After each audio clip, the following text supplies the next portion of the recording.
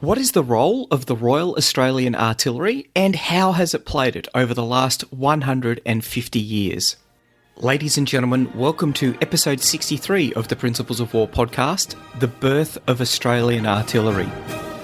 This is the Principles of War podcast, professional military education for junior officers and senior NCOs.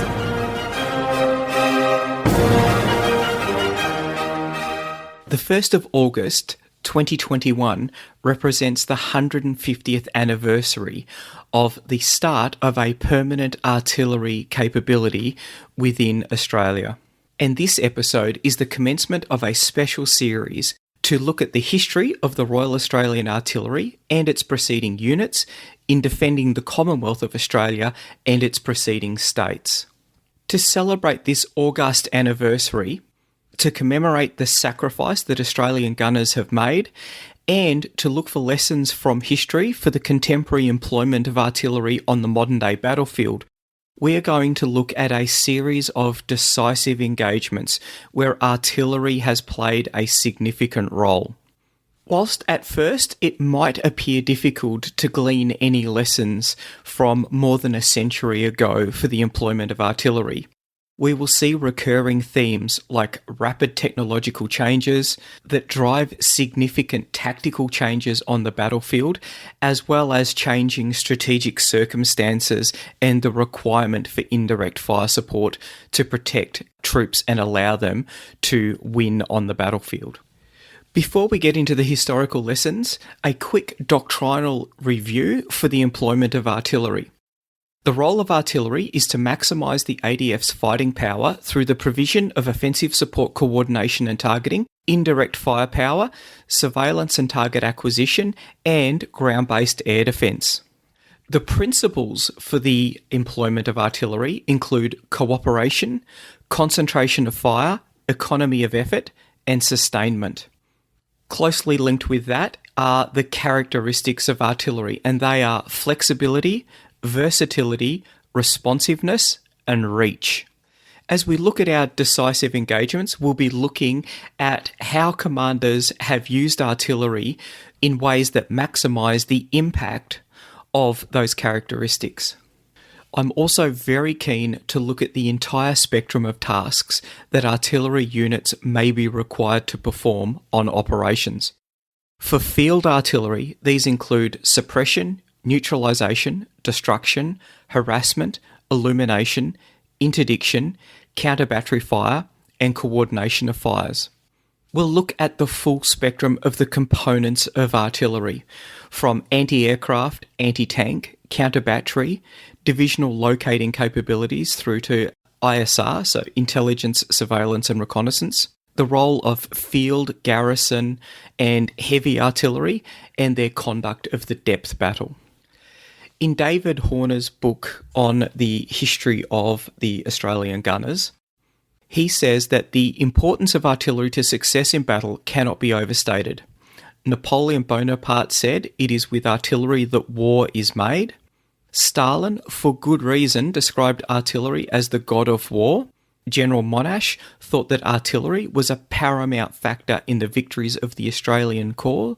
And Field Marshal Montgomery wrote several times that concentrated artillery fire was a battle-winning factor of the first importance.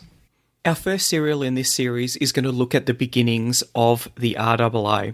We're going to look at the early compositions and capabilities of artillery units throughout the country. We're going to look at the significance of the 1st of August 1871.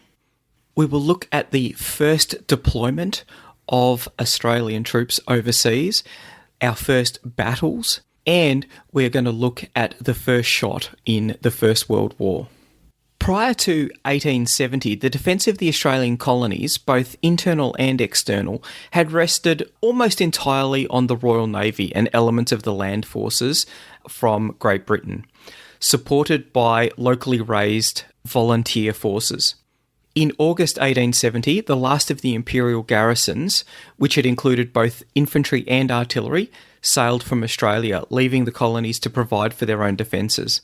The earliest colonial permanent artillery corps established under these circumstances was raised in Victoria on the 1st of January 1871 under the Discipline Act 1870. And on May the 10th, 1871, the New South Wales Parliament passed the Military and Naval Forces Regulation Act, which provided for the formation of permanent military or naval forces in that colony. As we discuss the significance of the 1st of August 1871, there is a couple of important facts to recognise. There's a large number of texts that reference A Battery, and particularly the early days of A Battery. Many of them reference the history of A Battery, which was written by Lieutenant Colonel Richmond Cubis. Now, Cubis is an interesting fellow, and we're going to come back to him in one of Australia's iconic battles, a battle that artillery played a significant part in the conduct of. It does have some information that isn't entirely correct in it. He may have been relying on a liaison letter from October 1962, which was written by a warrant officer, Johnston, that could have been the source of a long-running misunderstanding about the early days of the Australian Permanent Artillery. It was on the 1st of August 1871 that the New South Wales Colonial Secretary's Office proclaimed the raising of a permanent military force that included one battery of artillery to be called the New South Wales Artillery. So far, so good, but things get a little bit murkier on the 22nd of August 1876, and that is when number 2 battery New South Wales Artillery is raised.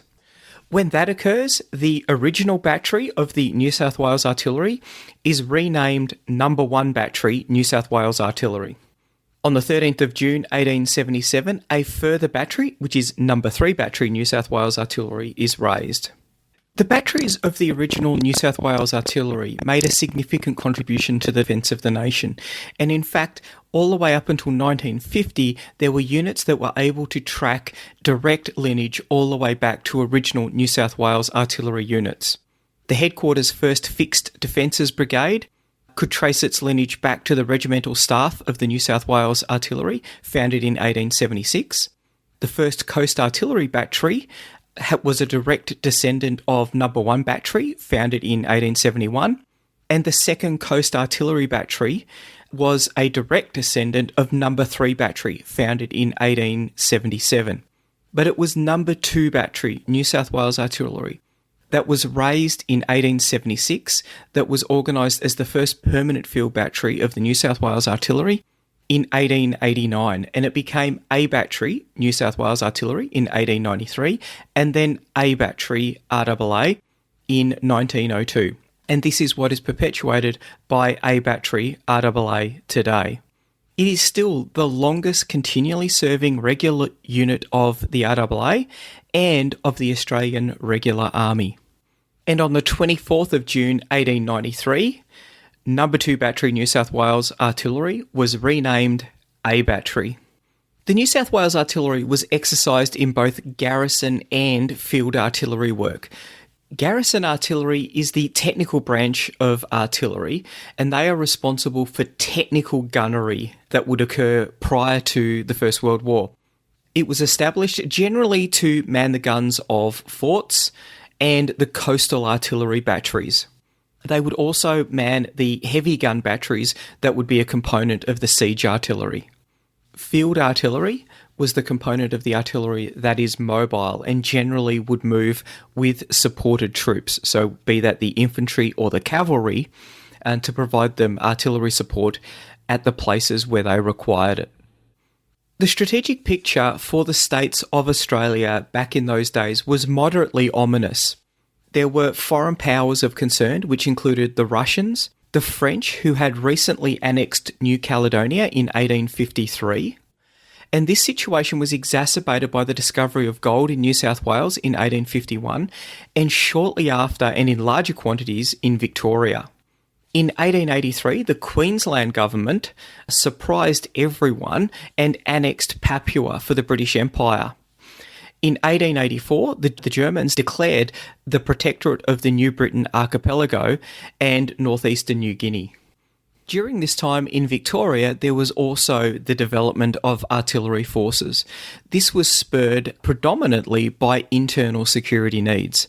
Bushrangers around the Plenty River area prompted the idea of the formation of volunteer forces in 1842. And this was reinforced by the Eureka Rebellion in 1854, which was put down by British troops from the 40th Regiment of Foot.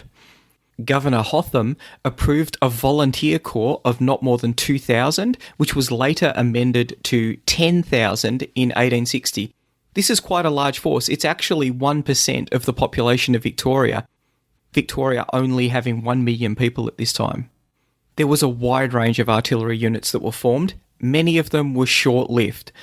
The first of these was the Royal Victorian Volunteer Artillery Regiment, which was formed in 1855. It had been recognised early that a significant component for the defence of Victoria would be placing garrison artillery at Queenscliff and Point Nepean and a range of other places to deter enemy ships from entering Port Phillip Bay.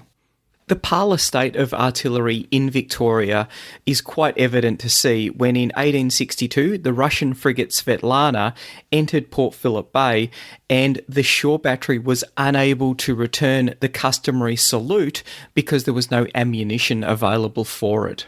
In 1874, Victorian artillery was reorganised to become the Royal Volunteer Artillery Regiment.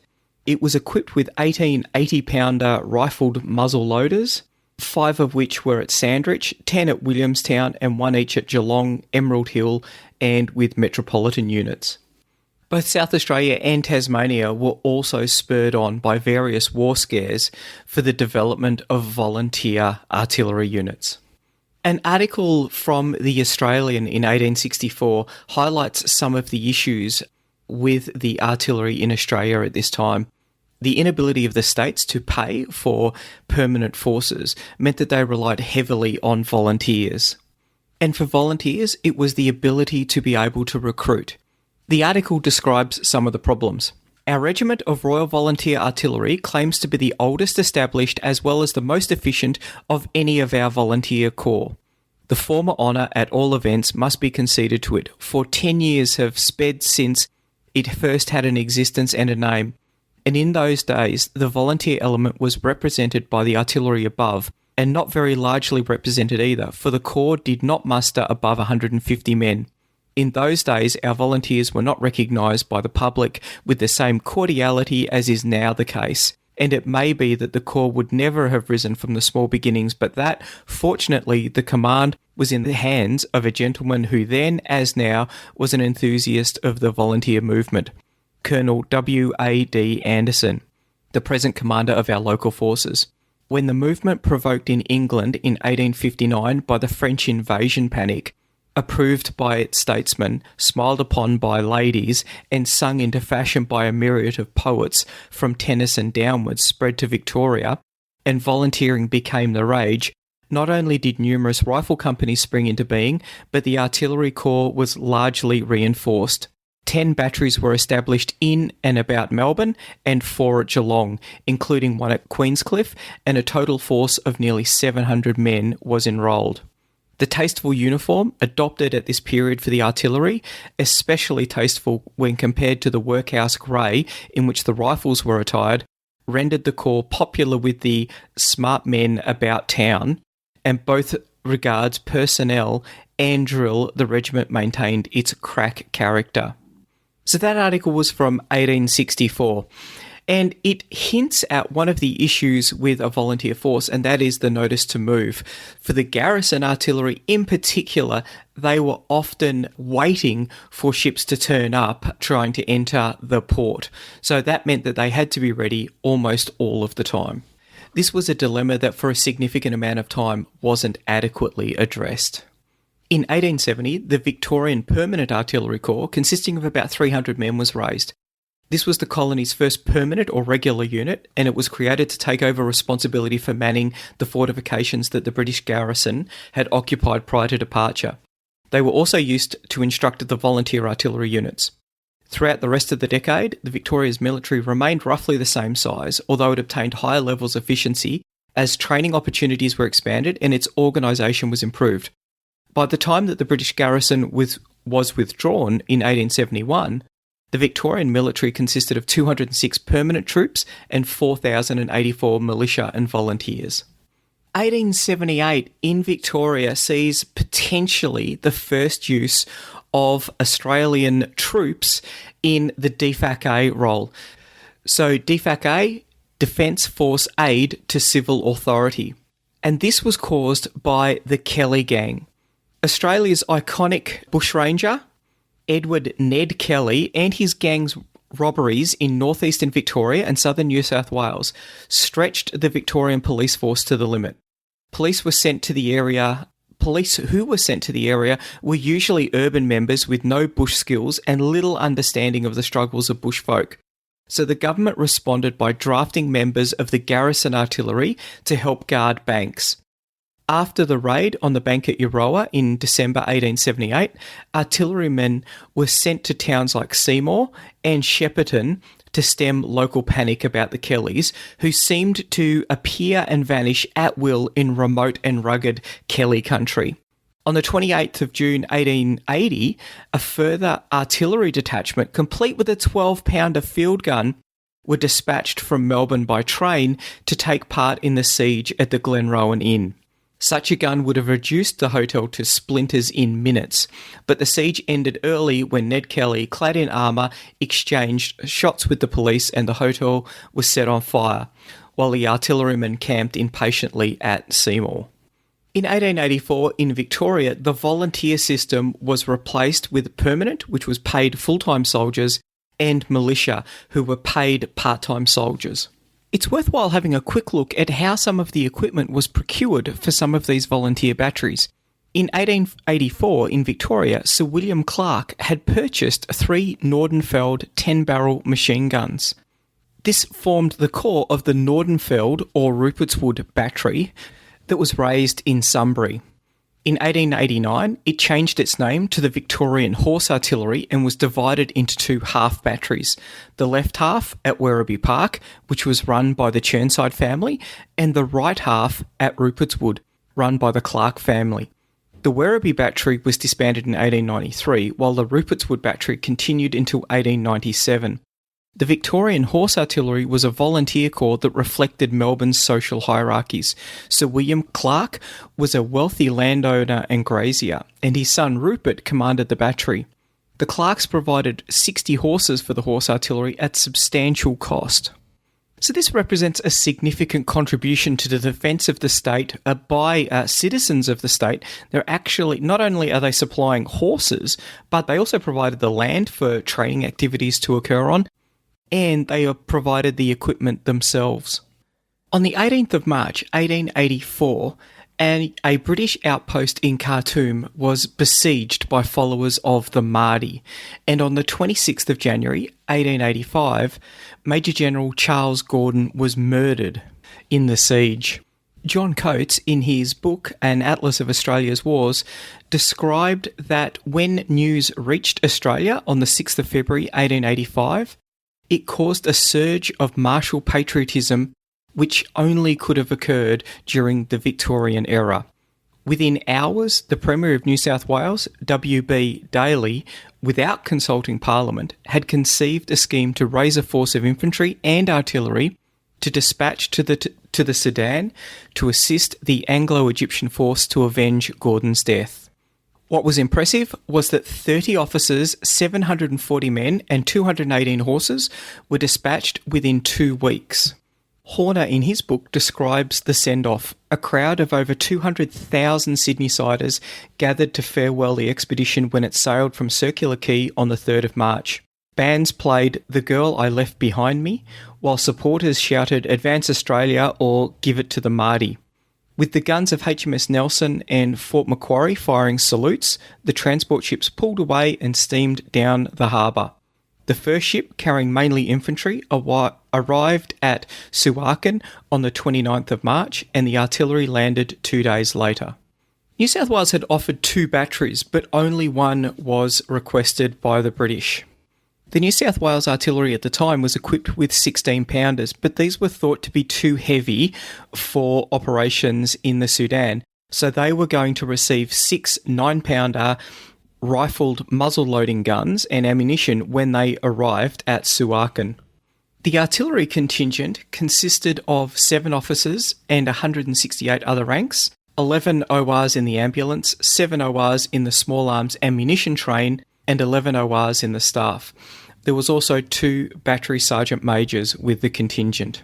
This battery consisted of a nucleus of 40 ORs from No. 2 Battery, New South Wales Artillery, and drew in a lot of garrison artillery gunners from the other batteries. The volunteers made up the rest of the force, and they would sign on for the length of the contingent's deployment. The artillery arrived the day before the contingent was to head out, and it needed to be issued with its new guns, conduct training, get the horse teams organised, and acclimatise, so it was agreed that they would stay and support other tasks. After 10 days, they moved out to the front at Handoob. There were no tasks there for artillery, but they were employed as mounted scouts. Coates in his books continues on. What was less impressive was that the force was launched into the blue with no idea of its real mission and with only grudging acceptance of William Gladstone's government in London, which was fumbling with its own response. In the event, the troops arrived too late both to settle the scores with the Mahdi and for any real fighting. After a brief march to the village of Tamai, where 3 men were slightly wounded, the contingent spent most of its time protecting workers along the railway being built from Suakin to Berber on the Nile. It returned to Sydney on the 23rd of June to a far less ecstatic reception than when it had set out. One sombre milestone of the Sudan campaign is the first death to the regiment and to Australian forces on overseas operations, and this was Gunner Edward Lewis, who died of illness on the 12th of May 1885. There's a couple of lessons to be learnt from the deployment of artillery to the Sudan. Firstly, there's the likely task that would need to be carried out. Neither the equipment nor the manning was appropriate for putting a battery of field artillery into the field. Not only that, there'd been very little preparation for an overseas deployment. Much of the planning and training had been done around defence of Australia. This feeds into the notice to move. There was only 14 days between the decision being made and the contingent sailing off to the Sudan. This left very little time to address issues like the manning of the battery, the equipment that they would be taking, and pre-deployment training. It was also noted that there was a lack of common doctrine. They would be working in a coalition environment with the British Army, and yet much of their doctrine didn't mesh with the British Army. We've already mentioned that the equipment that they had, the 16-pounders, wasn't suitable to be deployed, but critically, the equipment that they had for training also wasn't suitable to get the troops to the level so that they could be deployable on short notice, and there wasn't sufficient ammunition for them to be able to practice. The lack of appreciation of likely tasks also meant that the troops, predominantly garrison artillery, were unfamiliar with the handling of horses, which was a fundamental requirement for the field artillery as they deployed into the Sudan. Coates continues on. The lessons from the Sudan expedition was that nothing succeeds like success, and the contingent, though through no real fault of its own, had not been successful. The expedition was a badly managed piece of political opportunism that did not come off. Further, although it was not tested in action, it is questionable how proficient the contingent would have been even against the Mahdi's untrained but enthusiastic levies. Even accepting that New South Wales had been the first Australian colony to establish a permanent paid defence force in 1871, the contingent had been rushed overseas with no time for intensive training, and, as shown by its experience, some of its officers were not up to their appointments. It is worthwhile noting, however, that both Major Airy and Lieutenant Nathan had been singled out for praise by the British Commander of Royal Artillery for their conduct on the operation. One important component of the development of Australian artillery was the fact that Sudan gave an opportunity to benchmark the permanent forces against the British Royal Artillery. Prior to the Sudan expedition, plans had already been in place for a school of artillery, and the first course began in 1886. 4 officers and 105 ORs attended the school. There were 4 officers, 3 Royal Artillery and 1 Royal Engineer were sent from Britain, and the school was set up at Middlehead. It moved to Victoria Barracks with some courses continuing at Middlehead, and in 1895 the Middlehead courses were moved to Southhead. One of the first officers to attend that course was Lieutenant William Bridges, head and shoulders above anyone else in the New South Wales Artillery and probably with few superiors anywhere. He qualified as an instructor in gunnery at the Long Course in 1889, and the following year he went to England to attend courses at Shoeburyness and Woolwich. The school and attending courses with the British Army were an important part of the professional development of the growing Australian officer corps. In January 1909, he would become Australia's first Chief of the General Staff, and the next year he was tasked with founding Australia's first military college, the Royal Military College at Duntroon. As a Brigadier General, he was given the task of raising the Australian contingent for service in Europe. He was then promoted to Major General, and in August 1914 was appointed the commander of the new Australian Imperial Force. Bridges' division was the first ashore at Anzac Cove on the 25th of April 1915, and very soon after he argued for immediate evacuation owing to what he saw as a hopeless situation. The force, as we know, stayed, and he would regularly visit the troops on the front line, showing considerable disregard for his own safety. On the 15th of May, he was shot by a sniper. His femoral artery was severed, and he died 3 days later on board a hospital ship. He is the only Australian killed in the First World War to have his remains returned to Australia, and he was buried at Duntroon. Apart from the remembrance of Major General Bridges for the role that he played at RMC Duntroon, he is also remembered with Bridges Barracks being named after him, which is the home of the Royal Australian Artillery, based at Puckapunyal. Major General Bridges wasn't the only officer to get significant experience that would propel their career onto significantly greater heights. There were many officers around this time who were building their leadership skills and their understanding of warfighting as a part of their training and as a part of their professional development. One young officer in 1887, young lieutenant called John Monash, was commissioned into the North Melbourne Battery, and as a lieutenant he became the battery commander in 1893. I think it's really important to recognise the role that these militia units played in the developing future senior leaders. Monash we will see later when we look at the Battle of Amel, and when we do, he will be serving as a corps commander. This is in 1918, so it's just 25 years after he was promoted into the battery commander's position in the North Melbourne Battery. In Victoria, the militia were continuing to look for opportunities to increase their professionalism.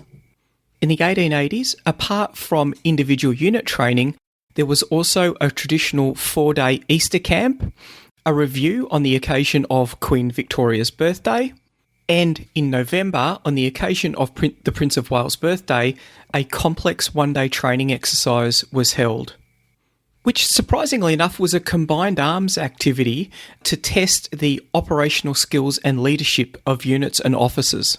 It would involve cavalry, infantry, artillery, engineers and signals. The fortifications at Queenscliff and Point Nepean was making penetrating the heads increasingly difficult for likely aggressors, and that meant that likely aggressors were now thought to be most likely to land troops in Western Port Bay and then use the track from Dandenong as access into Melbourne. The History Monash website goes into quite an amount of detail about the Battle of Oakleigh that occurred in 1888.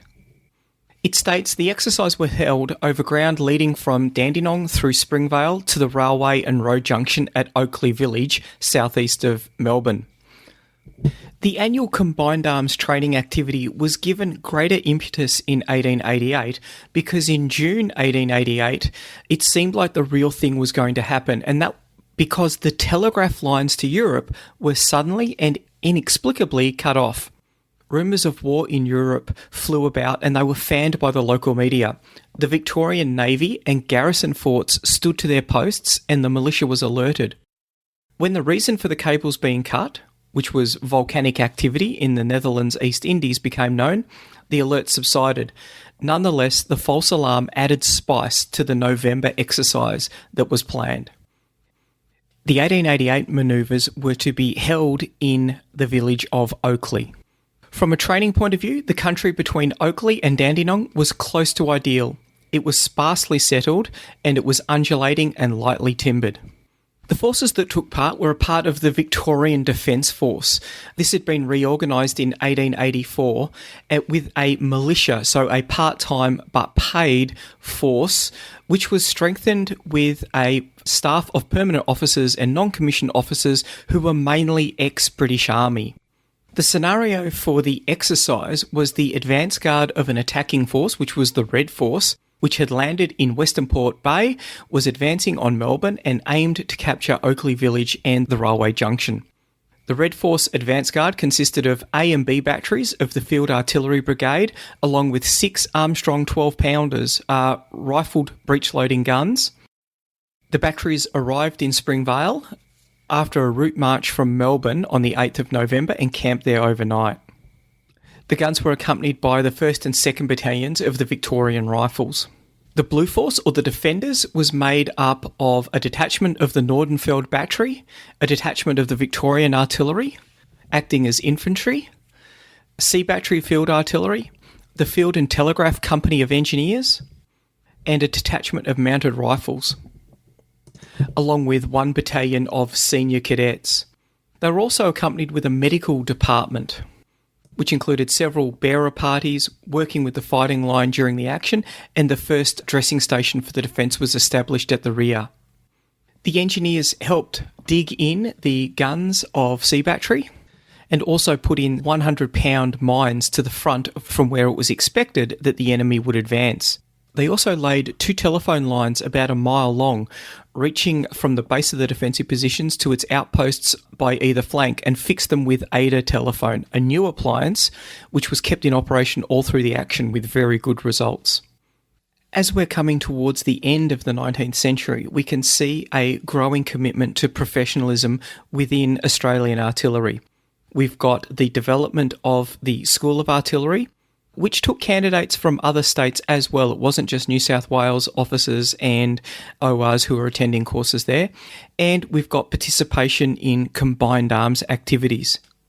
This highlights the foresight that those exercise planners had as far as the revolution in military affairs were proceeding, because the development of combined arms capabilities is critical, and we will see that on the battlefields of the First World War.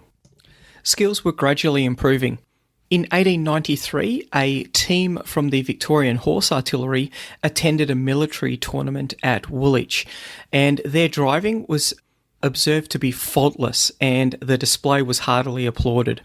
They ended up providing an escort to Queen Victoria and were photographed with her at Buckingham Palace. And in fact, Lieutenant Ryan of the Victorian Horse Artillery won second prize in a lemon cutting contest for officers. Now, it took me a little bit of time to research what a lemon cutting contest is, and it is literally that. They have a lemon on a string, and the protagonists would ride up at the gallop with swords drawn and cut the lemon. Incidentally, a New South Wales cavalry team also placed well in the lemon cutting.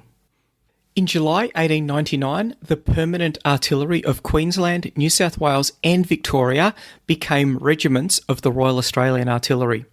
Thus, a start had been made to form the Australian Army prior to the 1st of March 1901, when the states transferred to the Commonwealth slightly more than 29,000 troops, 1,700 of which were permanent. However, until the Defence Act of the 22nd of October 1903 was passed, these troops continued to be administered under the relevant state acts. However, we are getting a little ahead of ourselves, because we do have one more overseas deployment to discuss before the birth of the Australian Army, and that is the Boer War. And that is something that we will cover in the next episode.